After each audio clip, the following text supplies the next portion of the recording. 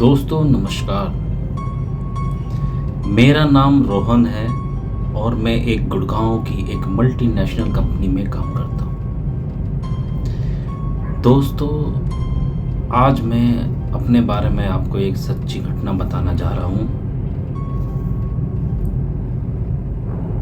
ये बेहद ही खौफनाक है और नए आने वाले एम्प्लॉय और नए जगह पर जाने वाले दोस्तों को मेरी सलाह है कि थोड़ा सोच समझ कर और थोड़ा सावधानी पूर्वक ही दूसरी जगह पर जाएं। दोस्तों आइए इसको शुरुआत करते हैं।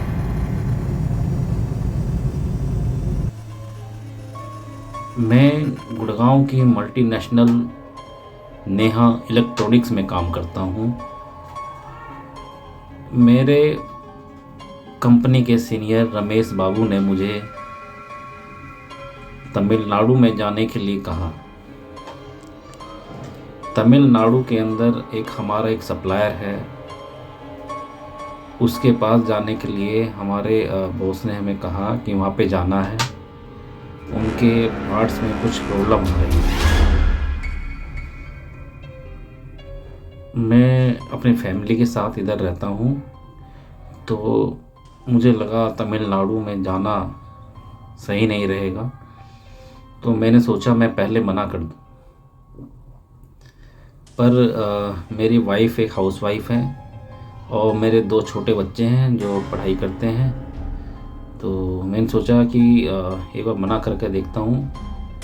फिर मैं बॉस के पास मना करने के लिए गया तो बॉस ने मुझे बहुत डांटा और कहा ठीक है, आप जाना नहीं चाहते मत जाइए, मैं किसी और को भेज देता हूँ, बट अपना आप जॉब के लिए देख लेना। तो पहले तो मुझे ये समझ नहीं आया कि क्या करना चाहिए क्या नहीं करना चाहिए। तो फिर मैंने अपने घर पे आके अपनी वाइफ से डिसीजन लिया कि क्या वहाँ पे जाना चाहिए नहीं जाना चाहिए। तो मैंने जैसे ही, मेरी वाइफ का नाम रश्मि है, जैसे मैंने रश्मि को बताया तो रश्मि ने बोला चलो ठीक है, आप अकेले जाओगे तो दिक्कत है, मैं भी आपके साथ चलती हूँ, इसलिए हमारा एक हॉलीडे टूर भी हो जाएगा और आपका ऑफिस का काम भी हो जाएगा। तो मुझे भी ये अच्छा लगा सुन के, और अगले दिन मैं सब मॉर्निंग में ऑफिस में गया और मैंने अपने बॉस को बोला ठीक है सर, मैं जाने के लिए तैयार हूँ, तो आप मेरी टिकट करा दीजिए। तो बॉस ने मेरी टिकट करा दी और हमारा 22 दिसंबर को जाने के लिए प्लान बन गया। और फिर 22 दिसंबर को हम सुबह जल्दी मॉर्निंग में उठे। हमारी जो फ़्लाइट थी वो 9 बजे की थी, तो सुबह हम 6 बजे तक, हम दिल्ली गुड़गांव में ही रहते हैं, तो दिल्ली वहाँ से ज़्यादा दूर नहीं है, तो हमने वहाँ से कैब कर हमने 8 बजे हम अपने इंदिरा गांधी एयरपोर्ट पर पहुँचे और हमने 8 बजे वहाँ से अपना चेकआउट करा के और 9 बजे की हमने फ़्लाइट ले ली। और 22 तारीख को हम तमिलनाडु के एयरपोर्ट में पहुँचे।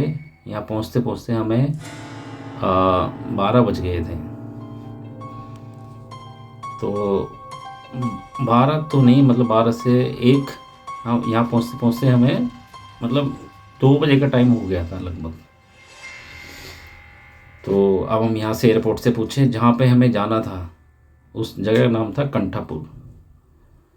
तो कंठापुर में हमारा सप्लायर था। तो यहाँ पहुँचते पहुँचते हमने देखा कि वही गूगल से कंठापुर का डिस्टेंस 350 किलोमीटर है। तो यहाँ पहुँचने के लिए हमें बहुत ज़्यादा टाइम लगने वाला था।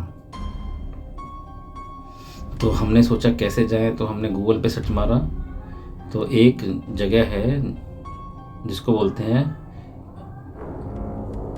भीष्मापुर, एक जगह का नाम है, उस जगह का नाम है भीष्मापुर, जो कंठापुर से मतलब 200 किलोमीटर पहले था। तो वहाँ पर मैंने टैक्सी वाले को बोला कि आप मुझे कंठापुर जाना है। उसने कहा नहीं भैया, कंठापुर तो हम नहीं जाएंगे, आपको भीष्मापुर तक हम छोड़ सकते हैं। तो मैंने बोला चलो भीष्मापुर से फिर वहाँ कैसे जाएंगे। उसने कहा वहाँ पे आप दूसरी टैक्सी ले लेना, आपको भीष्मापुर तक हम छोड़ देंगे, आप वहाँ चले जाइए।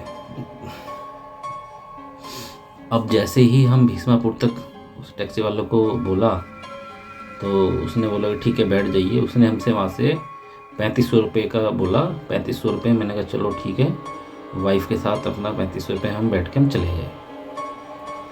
अब रास्ते में चलते गए तो उसने हमें 5 या 6 बजे तक हमें भीष्मापुर छोड़ दिया। अब 6 बजे उन्होंने हमें भीष्मापुर छोड़ दिया। तो जब हम उसने भीष्मापुर छोड़ा तो वहाँ से कंटापुर 175 किलोमीटर दूर रह जाता लगभग।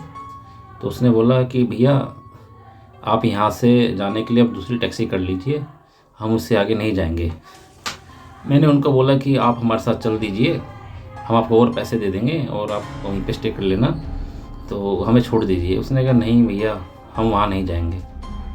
ये कहकर हमें वो टैक्सी वाला वहाँ छोड़ के भीष्मापुर में चला गया। अब फिर भीष्मापुर बस स्टैंड में शाम को 6 साढ़े 6 हो चुके थे, तो अंधेरा हो चुका था, सर्दियों का टाइम था तो वहाँ पे अंधेरा जल्दी हो जाता है, तो अंधेरा हो चुका था। तो जैसे ही अंधेरा और धीरे धीरे बढ़ने जा रहा था तो मैंने सोचा यहाँ पे राइट में स्टे का भी मुझे दूर तो कुछ नज़र नहीं आ रहा था।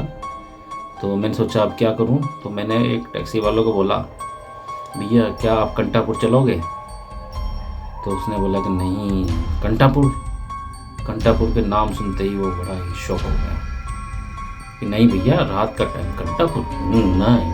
उसने बड़े डरते हुए भाव से बोला नहीं भैया कंटापुर बिल्कुल नहीं जाएंगे। मैंने कहा यार क्या सीन है यार। फिर मैंने दूसरे टैक्सी वाले को बोला कि भैया कंटापुर चलोगे क्या। उसने कहा नहीं भैया हम कंटापुर तो बिल्कुल नहीं जाएंगे। फिर मैंने सोचा यार ये बंदे कंटापुर नाम से क्यों घबरा रहे हैं। तो उधर एक टैक्सी वाला था, मैंने कहा भैया कंटापुर चलोगे। वो दिखने में बड़ा ही डरावना, बड़ा ही भयानक किस्म की उसकी वेशभूषा और बिल्कुल काले रंग का, और देखते ही मतलब बड़ा ही मतलब आश्चर्य सा बंदा। तो कंटापुर कौन कौन जाएगा। मैंने कहा मैं और मेरी वाइफ और एक जो हमारे बैग है ये मैं लेके चलूँगा। ठीक है भैया। मैंने बोला भैया पैसे कितने लोगे। मैंने कहा पैसे, बड़े ही हंसते बोला पैसे। तो उसने बोला दे देना भैया जो आप दोगे, आप बैठ जाओ आपको मैं पहुंचा देता हूँ। मैंने कहा भैया पहुंचा देता हूँ। उसने कहा हाँ भैया मैं आपको पहुंचा देता हूँ। तो ये कहकर हम उसकी गाड़ी में बैठ गए। अब भाई उसकी गाड़ी में बैठ गए हम। तो रात को 7 बजे तक हमें उसने अपने गाड़ी में बिठा के चलना चालू किया। बड़ा ही डरावना रास्ता है, भयानक, दोनों तरफ पहाड़, हमारी गाड़ी बीच में जा रही है और आसपास कोई गाड़ी भी नज़र नहीं आ रही है। तो बड़ा ही भयानक रास्ता, बड़ा ही डरावना रास्ता। ऊपर से आवाज़ आ रही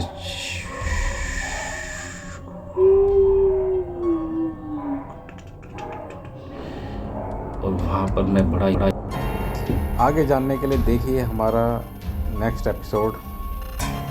जब तक के लिए आपका बहुत बहुत धन्यवाद। Thank you.